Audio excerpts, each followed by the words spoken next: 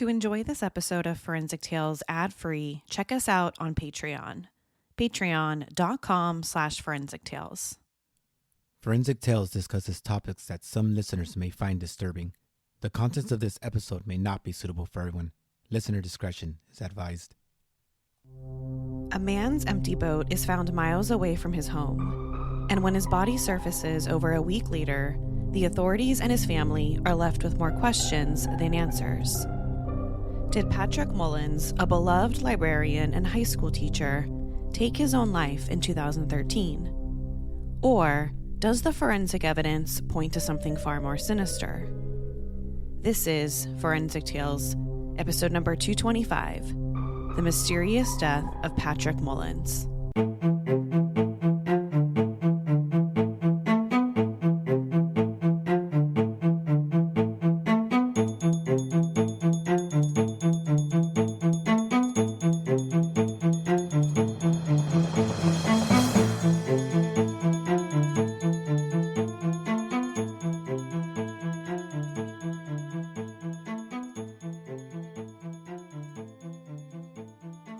Welcome to Forensic Tales. I'm your host, Courtney Fretwell Areola. Forensic Tales is a weekly true crime podcast covering real, spine-tingling stories with a forensic science twist. Some cases have been solved with forensic science, while others have turned cold. Every remarkable story sends us a chilling reminder that not all stories have happy endings. As a one-woman show, your support helps me find new compelling cases, conduct in-depth fact-based research, and produce and edit this weekly show. You can support my work in two simple ways. Become a valued patron at patreon.com/Forensic Tales and leave a positive review. Now, let's get to this week's episode. In January 2013, 52-year-old Patrick Lee Mullins worked as a librarian and media specialist at Palmetto High School in Palmetto, Florida, a waterfront community off Florida's Gulf Coast with Tampa to the north and Sarasota to the south. Patrick lived there with his wife, Jill Mullins, and their children, Mason and Miles. Mason was in the Army and stationed in Afghanistan, and his brother Miles was a civil engineering student. Patrick and Jill had been married since 1983, which meant they were celebrating their 30th wedding anniversary that June. Patrick, who usually went by Pat, grew up in a big family on Anna Maria Island. He had two brothers, Bert and Gary, and two sisters, Nancy and Linda. After serving as a sergeant in the National Guard throughout much of the 1990s, Pat taught fourth grade for over 20 years with the Manatee County School District. After that, he and his wife Jill both got their master's degrees at the University of South Florida. Every single kid at Palmetto High School, where Pat worked for all those years, all loved him. He was the type of teacher who would sometimes stay at the school well past dinner time, 6 or 7 o'clock at night, so that the students could finish up their homework before going home. He was also that kind of teacher that students looked up to. If they were going through something or they just needed someone to talk to, then Pat Mullins was the person they went to. He was known to work with the kids who needed a little bit of extra help. If they were falling behind in a class, then Pat would usually stick around the library and help them catch up. He even paid for the ACT and SAT fees for some of the students whose families couldn't afford them. Now, if Pat wasn't at the high school, he was at home at 5631 43rd Avenue in Braden, Florida. He and Jill moved there shortly after they got married, and it was the perfect place to raise two boys. When the boys were younger, they spent a lot of time on the water with their dad, fishing or just hanging out. Pat's friends all described him as a kind, sensitive, and just all-around great guy. Not only was he the poster child when it came to being this family man, but he was what many people described as a real friend, someone that you could always count on and kept his word. He also did things by the book and wasn't afraid to show a little sense of humor every once in a while. By 2013, Pat had his eyes set on retirement. The plan was to retire the following year in 2014. And because of all of his years of service and education, he was looking at getting a pretty nice retirement package. But that didn't mean that all he wanted to do was just quit working and play golf all day. As a skilled mechanic, one of Pat's favorite hobbies was collecting and restoring old motorboats. Growing up on Florida's Anna Maria Island, Pat had always been an avid fisherman, boater, and swimmer. He and his siblings grew up on the water with boats all around them. So this gave someone like Pat, who always felt compelled to work on things, the opportunity to tinker with different boat parts and put them back together. The water also meant that he was a strong swimmer. So he was always good at anything that involved two things: the water and boats. Even as Pat grew up and became an adult, his love for the water didn't stop. In 2013, he owned a 16-foot stump knocker that he liked to take out on the Braden River any chance that he got. The boat was docked about 300 yards away from the house along the Braden River. He loved boating and the water so much that he planned to use some of his upcoming retirement money to purchase and run a boat motor repair shop with his brother Bert. So just because he was thinking of retirement in 2013, that didn't mean he was slowing down. By all accounts, he still had a lot of things he wanted to accomplish in life, which is why what happened to Patrick Mullins in January 2013 such a mystery. On Sunday, January 27th, 2013, Jill planned to go to her sister's house in Sarasota for the day. She wasn't sure what her husband Pat was up to that day, but after spending some time with her sister, she would see him for dinner. It wasn't uncommon for them to spend a day or two on the weekend basically doing their own thing, and then they would always come together to have dinner, especially on a Sunday night before work. Now, before she headed out the door, she said goodbye to Pat and gave him a kiss. Pat told her that she would help her gather up some furniture that she planned to give to a coworker when she got back home. And that was it. Jill walked out the door, not knowing that this would be the last time she saw her husband alive. Sometime between 6:30 and 7 that night, Jill returned home from her sister's house. Pat's truck was parked in the driveway, but he wasn't home. At first, she thought maybe he was over at a neighbor's house. It wouldn't be the first time that he's done that. So Jill decided to call Pat's cell phone and see what he planned or what time he planned on coming home. But he didn't pick up. Now, Jill wasn't too concerned at this point. She knew her husband didn't always carry his cell phone around with him. So it's possible he went to the neighbor's house and just didn't pick up his phone. She didn't start to really worry about anything until it was a little after 7:30 and Pat still wasn't home. And he wasn't at any of the neighbors' houses either. This was a Sunday night that we're talking about, and usually by 7 or 7:30, they were both winding down from the weekend and they were both getting ready for work the next day. So she felt like it was a little strange that he wouldn't be home by then on what they both called a school night. So as it got a little bit later, Jill grew more and more concerned about Pat and decided to walk down to where he kept his boat a couple yards away from the house. Maybe he had taken it out earlier that day and it was just taking longer than usual to get back home. But Pat's boat wasn't docked where it usually was, which meant that most likely, wherever the boat was, that's where Pat was. Although it really wasn't like him at the time to be out boating after the sun went down.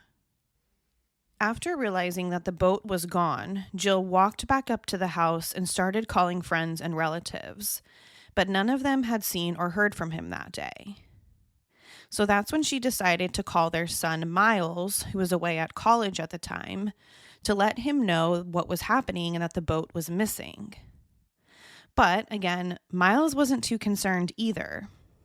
He told his mom, don't worry too much about it, because his dad had mentioned that he planned to take his boat out earlier that day to test a motor he was working on, and he wanted to run some gas through the boat. So it was probably just taking a little bit longer than expected. Everyone also knew that Pat didn't carry his cell phone everywhere with him, so he probably didn't have a way of calling and letting Jill know that he was running a little bit late. So Miles, at this point, their son, assured his mom that he would probably be home any minute now. But that didn't happen. Later on that night, when Jill called again and told Miles that Pat still wasn't back, Miles started to think that maybe something is actually wrong. There's no way that he would have stayed out on the water that long, and it was well past dark at that point. So that's when he immediately left Tampa and drove down to his parents' house in Bradenton to help look for him. By 11 o'clock p.m., Jill called one of Pat's brothers, Bert, and told him that he still wasn't back. So Bert offered to come over with his boat and see if they could find him somewhere out on the water. After he got to the house, he met up with Miles, and the two of them went out and started searching. At first, the two of them focused their search on the Braden River, a 21-mile-long waterway in Bradenton where Pat docked his boat. Part of the river runs just 300 yards away from Pat and Jill's house, so it was easy for him to get to. The reason why they focused their search on the Braden River was because of the kind of boat that Pat owned. It was this 16-foot stump knocker.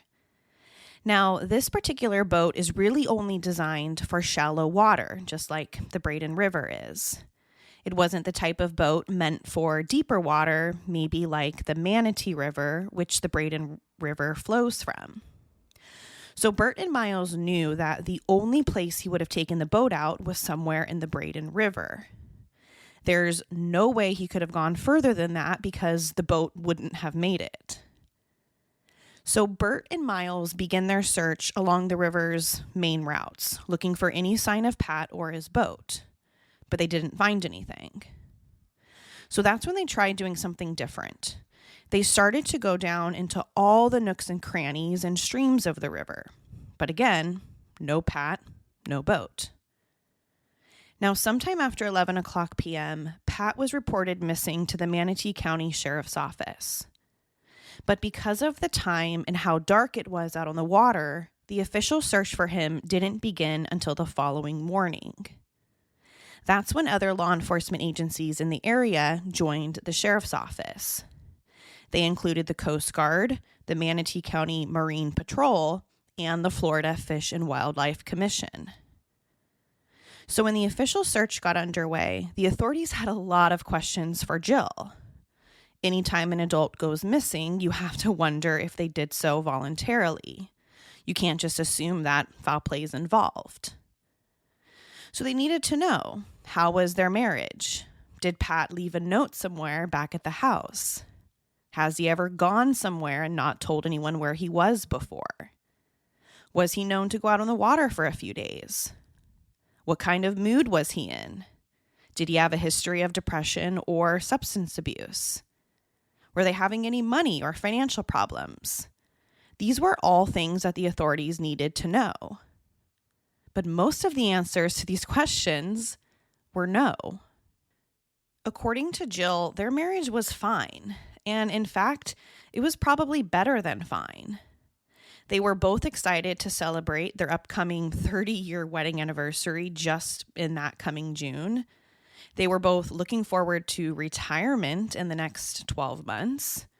There was no note found anywhere in Pat's belongings suggesting that he planned on going somewhere, or even more sinister than that he was planning on doing something bad. He also never went anywhere overnight without telling someone first. In reality, he never took his boat out after dark. So the fact that he didn't return the following morning was even more troubling. He didn't have a history of depression or substance abuse, according to Jill and their sons. And he seemed completely fine in the days leading up to his disappearance. There was no indication that anything was off or that anything was bothering him. So without any other clues, the first theory was that something happened to Pat's boat. Maybe the boat stalled out somewhere on the river and he was stranded and couldn't make his way back to the dock. The search parties should have had no problem finding him if that was the case. Maybe Bert and Miles couldn't find him the night before because it was too dark out there. But surely by the morning time, at least one of the search parties should have found him or the boat. But they didn't. Now, besides the Braden River, the authorities also focused their search on a few boat bars in the area, although Jill denied that Pat ever went to any of them. After that, the sheriff's office started a new search operation with their marine unit, and they found out that Pat had been seen by some of his neighbors mowing his lawn between 1:30 and 3 the day before. The neighbors also said they saw him leaving in his boat around 3:00 p.m. and was alone. There was no indication of anyone else with him.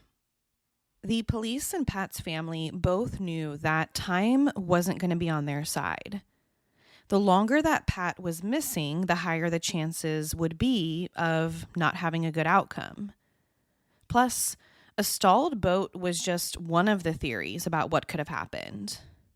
Pat should have been able to have fixed anything if something had happened to it on the boat. He was a very experienced boater, so he should have been able to fix whatever could have happened mechanically. But the authorities had no idea what they were looking for. Are they looking for an upright boat, a capsized boat, or even just a person in the water? It was possible that he crashed and was somewhere in the water. He also could have been injured. According to Pat's brother Gary, he was dealing with some back problems at the time. So maybe he further injured his back and he couldn't move. So the authorities knew at this point that whatever had happened, they were basically up against the clock here. So over the next 24 hours, the search for Pat included helicopters, search and rescue boats, 18 surface units, and a C-130 aircraft equipped with some very high technology. And together, the units covered more than 2,000 square miles. It was an exhaustive search that left no stone unturned. And by 1:00 a.m. on January 28th, the day after Pat went missing, they finally found his boat. But it wasn't the outcome that everyone hoped for. At around 11 a.m. on January 28th, the day after Pat went missing, they found his boat in the Egmont Channel, about 7 miles northwest of Egmont Key in the Gulf of Florida. Now, this was not at all where you would expect to find it, because this was a part of the water that usually only large container ships used. It wouldn't be common to see a small, shallow water boat like Pat's. Plus, it would have taken him about 2 or 3 hours just to reach that particular location. So there was no real reason for him to be out that far. He had never done that before. He had never gone that far. So if he was out there testing the boat's motor, like he told his son that he was going to do that day, there was basically no reason for him to travel out that far. He could have just as easily done that in the Braden River. He didn't need to go out into the Manatee River, Tampa Bay, or even the Gulf of Mexico. And then there was another problem. They found his boat, but Pat wasn't in it. All of his belongings were there, and the engine was set to idle with the ignition on. And inside the boat were a life jacket, sunglasses, a straw hat, and a gas can. Noticeably missing was the boat's anchor. Now, according to the lead lieutenant from the sheriff's office, they found no evidence of foul play on the boat. There wasn't any blood on the boat, and nothing seemed out of place. So that's when another theory emerged. Something must have happened to Pat closer to home in the Braden or Manatee rivers. And then the water's currents took the boat to where it was ultimately found. Most likely, it was some type of medical emergency, and Pat simply fell overboard. They also thought the boat could have stopped working somewhere, and then Pat had gotten off of it. At the same time search and rescue teams continued to look for him, the Manatee Sheriff's Office dug deeper into his personal life. Once again, they looked to see if he had any financial trouble. They looked into his phone records to see who he was communicating with before disappearing. But again, they didn't find anything out of the ordinary. Nothing about Pat's life seemed to suggest that he would just voluntarily go missing, or even worse, hurt himself. Pat's boat was eventually returned to Pat's family, and they noticed something strange about it as soon as they got it back. According to the family, there were red paint marks on it that weren't there before. It was almost like the boat had crashed into something with red paint. But they didn't know what to make of it at the time. They just knew the red paint marks weren't there before Pat went missing. They used the reverse drift method, surface currents, and wind data to find Pat and determine where the boat could have come from. If they could figure out how the boat got to where it was found, then they could work backward to figure out where Pat still might be. So based on the weather data, the wind was out of the east the night he went missing. With the tide also pushing offshore, they estimated that the boat probably drifted from somewhere in the lower Tampa Bay. So they decided to focus their search there. After 9 full days of searching, they finally found Pat Mullins, and the outcome wasn't good. Around 12 o'clock noon on February 5th, 9 days after Pat went missing, a fishing boat captain was on his way in from a charter fishing trip. As they got closer to Emerson Point in the southern part of Tampa Bay, near the mouth of the Manatee River, one of the people on board the boat called out that they thought they saw something in the water. Once they got closer to it, it was obvious what it was. A man's body floating face down. And right away, the fishing boat captain knew that it had to be Pat Mullins. The story had been all over the news, and as soon as he saw it, he knew it had to be him. Pat was lying face down in the water, wearing a shirt, blue jeans, a belt, and only one of his shoes. His watch was still wrapped around his wrist, and his wallet was in his pocket. Now, at first glance, it looked like he might have accidentally drowned. But oddly enough, there was a rope wrapped around his entire body, tied to an anchor. But that's not all. He had also been shot in the head with a shotgun. Pat's body was pulled from the water by the sheriff's office boat and taken to the medical examiner's office, where Dr. Russell Vega, the Manatee County medical examiner, could perform the autopsy. Now, here's what the autopsy report says. When Pat's body arrived at the Manatee County medical examiner's office, he was fully clothed except for missing one of his shoes. Around his body was a 3/4-inch rope, and a 25-pound anchor was tied around it. The rope was wrapped across his left shoulder twice, then went down in between his legs, around his waist about 7 times, and then was tied off across his chest. He was in a moderate stage of decomposition, which he believed was consistent with being in the water for about 8 or 9 days, roughly the same amount of time that he was missing. But there was no way for Dr. Vega to be able to narrow down a specific time of death.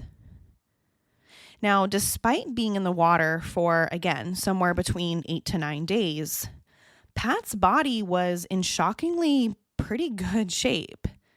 In other words, almost none of his body had been bothered or scavenged by sea life.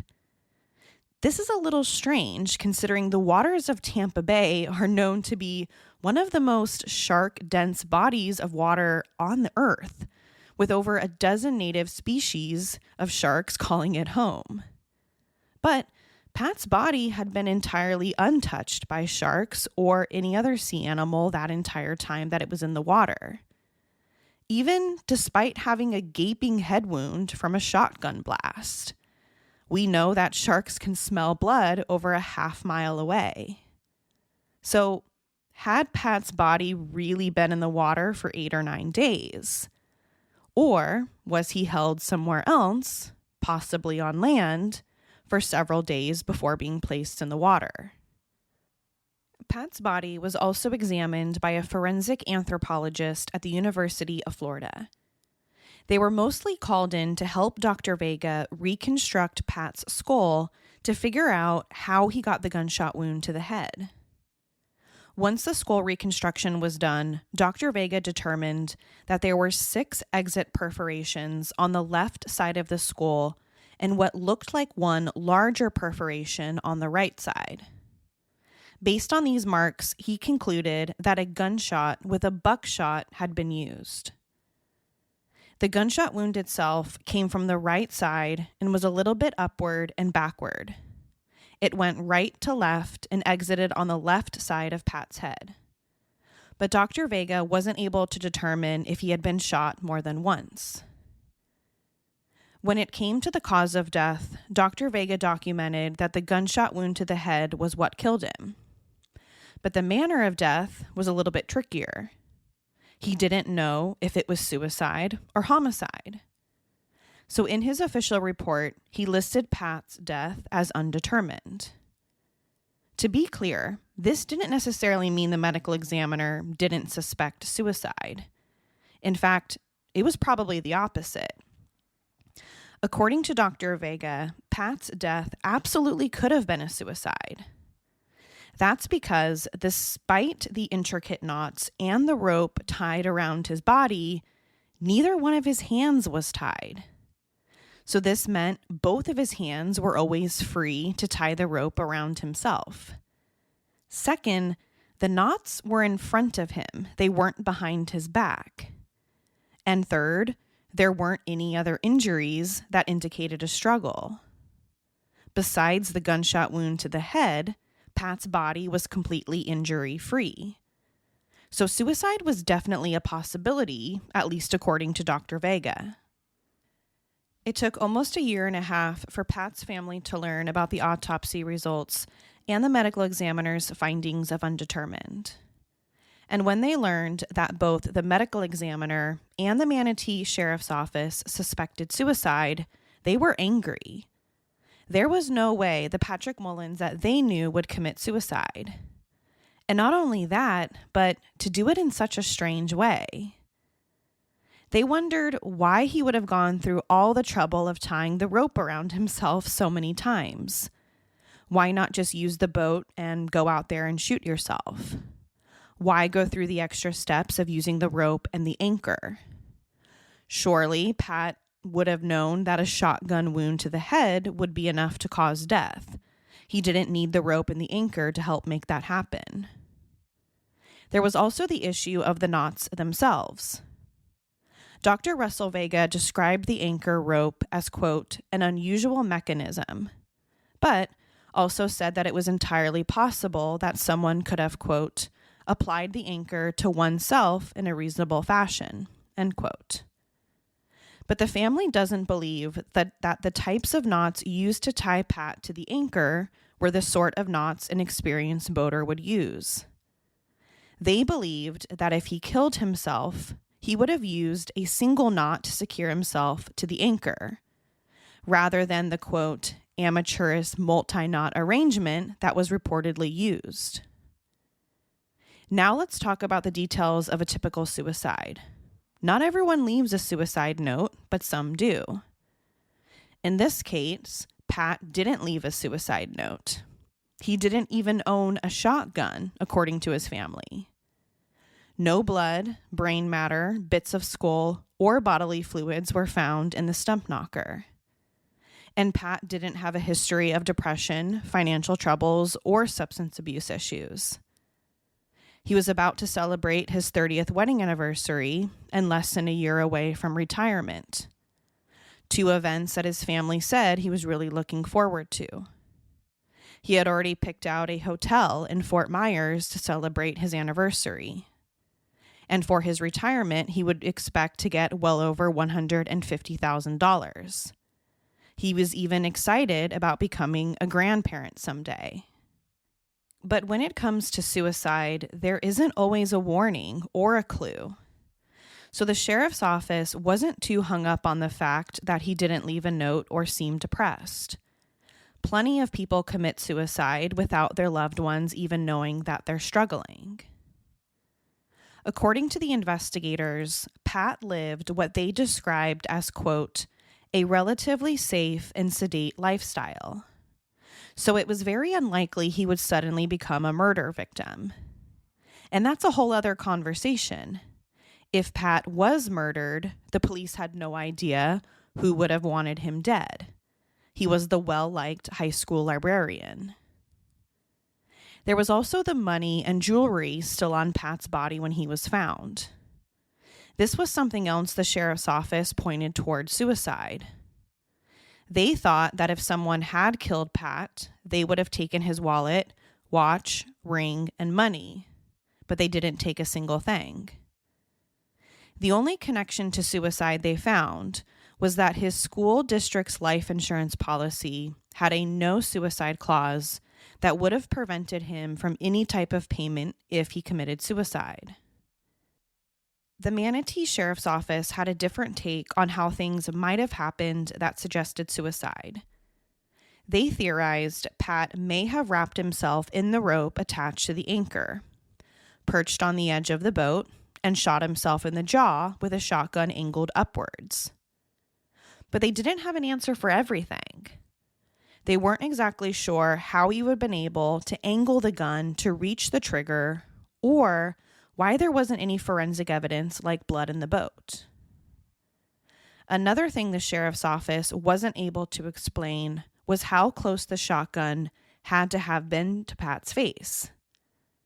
According to the autopsy report, there was no stippling near the entrance wound, which should have been an indication of a contact wound. It seemed possible that whoever fired the gun hadn't pressed the gun directly to the skin.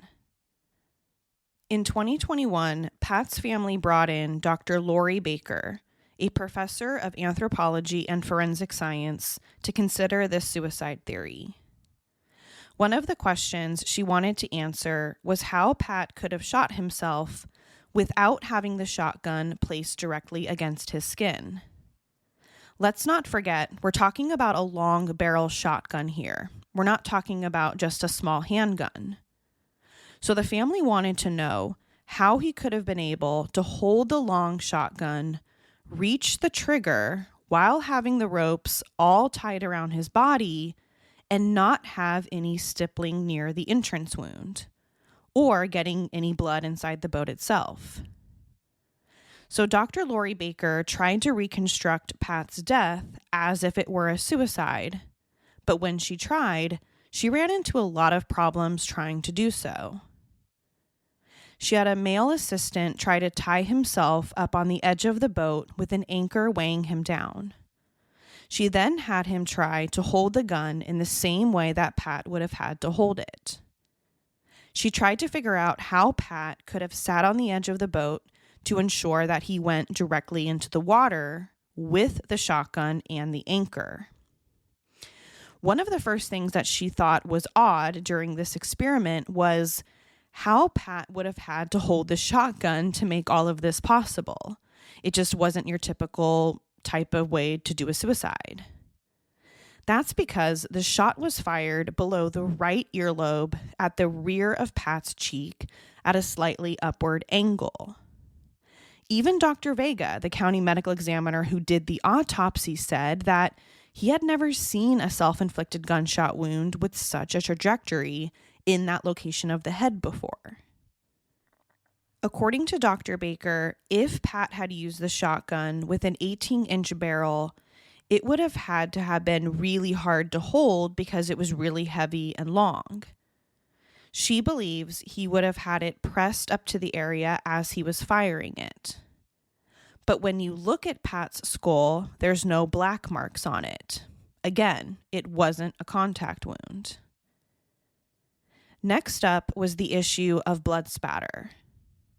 Dr. Baker believes that if Pat shot himself in the boat, the wind and the amount of force and blood spray from the shotgun blast would have made it almost impossible for him not to get any blood, tissue, or any other type of bone matter in the boat.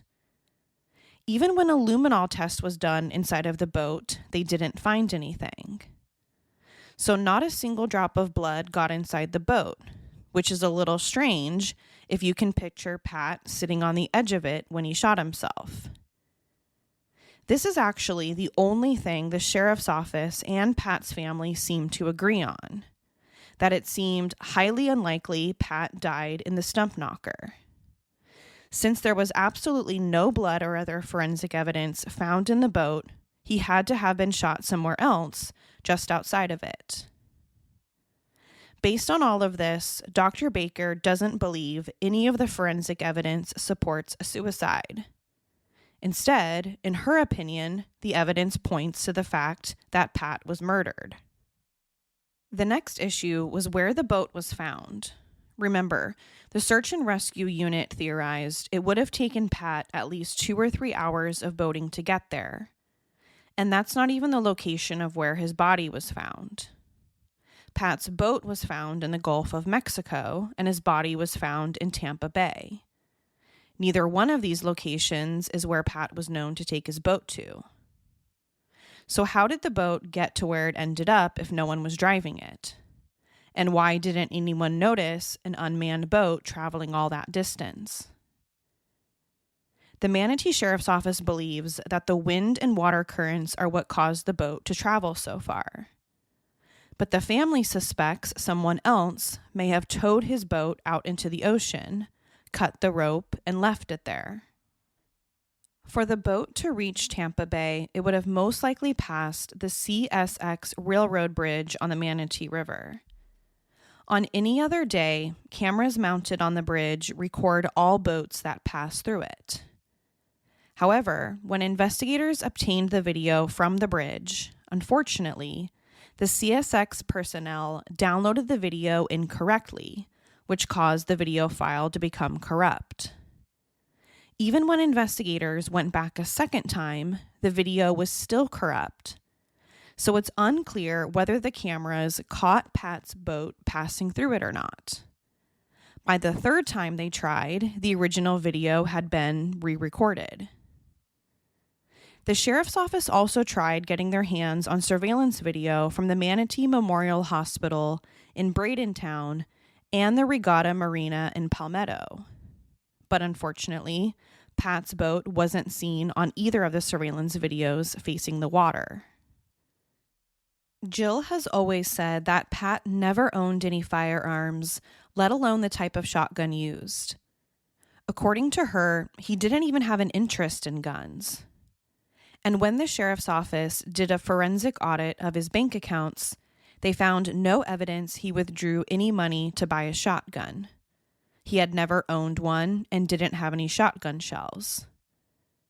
The sheriff's office checked with all of the local gun dealers in the area, and no one had sold Pat a shotgun. None of his friends or family members had loaned him one either. The only thing they found related to guns was a YouTube link on Pat's computer about determining the age of a Marlin shotgun. Also, a gun show took place in nearby Palmetto on the weekend he disappeared. So where exactly could have Pat gotten it from? And where's the shotgun now? Well, it's never been found. Despite an exhaustive search of the water where Pat's body was found, the shotgun has never been found. Something that the authorities don't say is too surprising. They believe the gun could have been washed away by the strong currents in the water. If Pat was murdered, there have to be suspects out there. Pat's family wonders if he might have encountered something on the Braden River that day that he shouldn't have. One theory is that Pat, acting as a good Samaritan that he was, went to go help another boat. That's just the kind of person he was. If he had been out on the water and had seen that another boater needed something, he would have been the first to respond and go help. When Pat's boat was found, the engine was in neutral and the gas had run out. So here's how that theory goes. If Pat saw someone who needed help, he would have put his boat in neutral and would have stopped what he was doing. He would leave the engine running since he was just making a quick stop. Maybe he was pulling up to a dock or wanted to stop and look at something. But that's when Pat might have seen or heard something that he shouldn't have, and he found himself in trouble. Maybe drug dealers or something else. The Braden River is generally considered a safe place, but not always. Bad people can do bad things just about anywhere, including the Braden River. According to Pat's family, there have been motorboat thefts, people harvesting fish illegally, and drugs being moved up and down the river before. So it's not too far of a stretch to speculate about whether Pat might have run into something that he shouldn't have. The Manatee Sheriff's Office did their best to look into some of these possibilities, but they didn't find anything. According to them, there was no evidence of any drug smuggling activity on the river that day. They also looked into the possibility that he was killed after he came across fishermen using illegal gill nets, but there was no evidence of that either. Now, what about specific suspects? Throughout the investigation, the sheriff's department talked to as many people as possible, one of whom was Damon Crestwood. Damon Crestwood was a chef and former restaurant owner who was a friend of Pat's brother. According to Pat's son Miles, his dad and Damon were never close, but knew each other and spent time together over the years. Pat's brother and Damon met around 1990 and became fast friends. But according to several people, Damon's behavior drastically changed and became what they described as increasingly erratic following Pat's death. Even though the two weren't close at all, Damon reportedly began to suffer from annual mental breakdowns around the same time as Pat's death anniversary. He would go down to the river where he would just cry and cry for hours. He also started using hardcore drugs like crystal meth. Then another thing seemed to connect Damon Crestwood to Pat Mullins: a boat. When Pat's boat was returned to the family, they all noticed some strange red paint marks on it that they said weren't there before. Well, Damon also had a boat at the time, a boat with big red stripes across it. Damon also parked his boat in the Manatee River, close to where the river opens up to Tampa Bay, the same area where Pat's body was found. Investigators contacted Damon to see if they could collect a few of the red paint chippings from his boat to compare against the ones found on Pat's boat. But he refused and said he had nothing to do with what happened to Pat. In one particular incident on Memorial Day 2013, a lot of Pat's family and friends got together, including Damon. And according to Pat's son Miles, he saw Damon tie a rope to his dog and then tie the rope around himself. He thought the rope was tied in almost the same exact way as the one found on Pat's body. Damon Crestwood eventually died in 2017 after a fatal overdose of meth and was never officially considered a suspect in Pat's death. But some people have reservations about that and suspect that he might have known a lot more about the case than what he was saying. After Damon's suspicious death at just 48 years old, his daughter allowed the police to take a paint chip from his boat to test against the red paint found on Pat's boat. According to Pat's family, the investigators said the paint was a match. However, they said it was, quote, not important to the investigation. That's because the paint found on Pat's boat is a super common type of paint. A lot of boats had the same brand and color of paint. It could have come from anywhere. And it didn't necessarily have anything to do with his death or Damon's boat. So Damon Crestwood has become just one name thrown around as a possible suspect in Pat's death. Other than strange behavior, nothing definitively links him to anything criminal. And besides Damon Crestwood, no other suspects have been identified. More than 10 years have passed since Patrick Mullins' sudden and mysterious death, and there still seem to be far more questions and answers. Pat's widow, Jill, still hasn't given up hope that someday these answers will surface, and she hasn't wavered from the belief that Pat was murdered and didn't commit suicide out on his boat that day. In 2017, she put up her house for sale and remarried. As recently as 2020, she was seen still putting up signs and posters on the fairgrounds at the annual Manatee County Fair in hopes that someone would come forward with new information about Pat's death. Also in 2020, Jill and her attorney finally succeeded in getting the Florida Department of Law Enforcement to classify the case as a homicide after being labeled as undetermined for so many years. Unfortunately, that seems to be the latest update on the case, and it's unclear how often the Manatee Sheriff's Department or the Florida Department of Law Enforcement actively work the case as an open homicide. To date, no one's been arrested.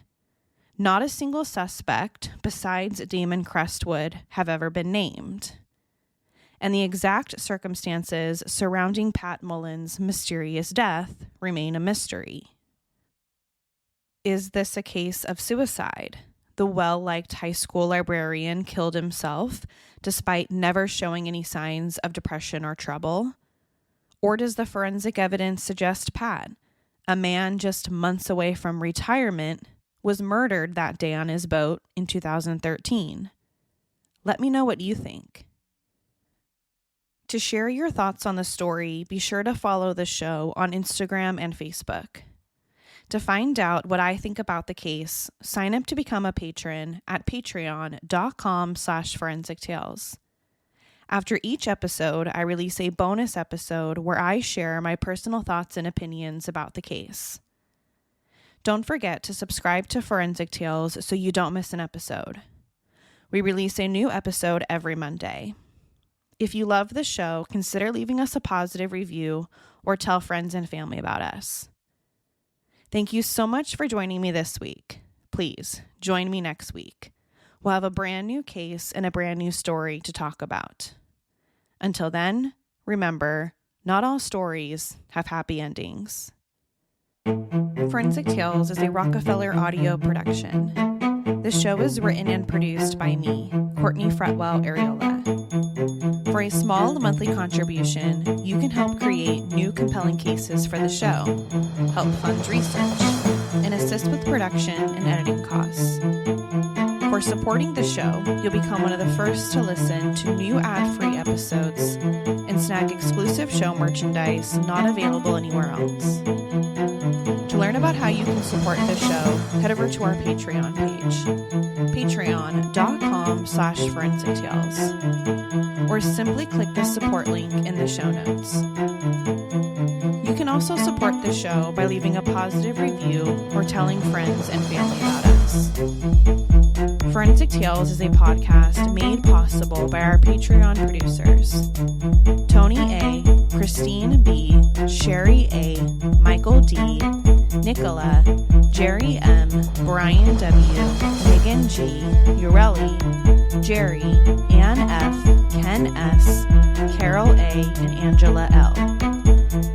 If you'd like to become a producer of the show, head over to our Patreon page or email me at courtney@forensictales.com to find out how you can become involved. For a complete list of sources used in this episode, please visit forensictales.com. Thank you for listening. I'll see you next week. Until then, remember, not all stories have happy endings.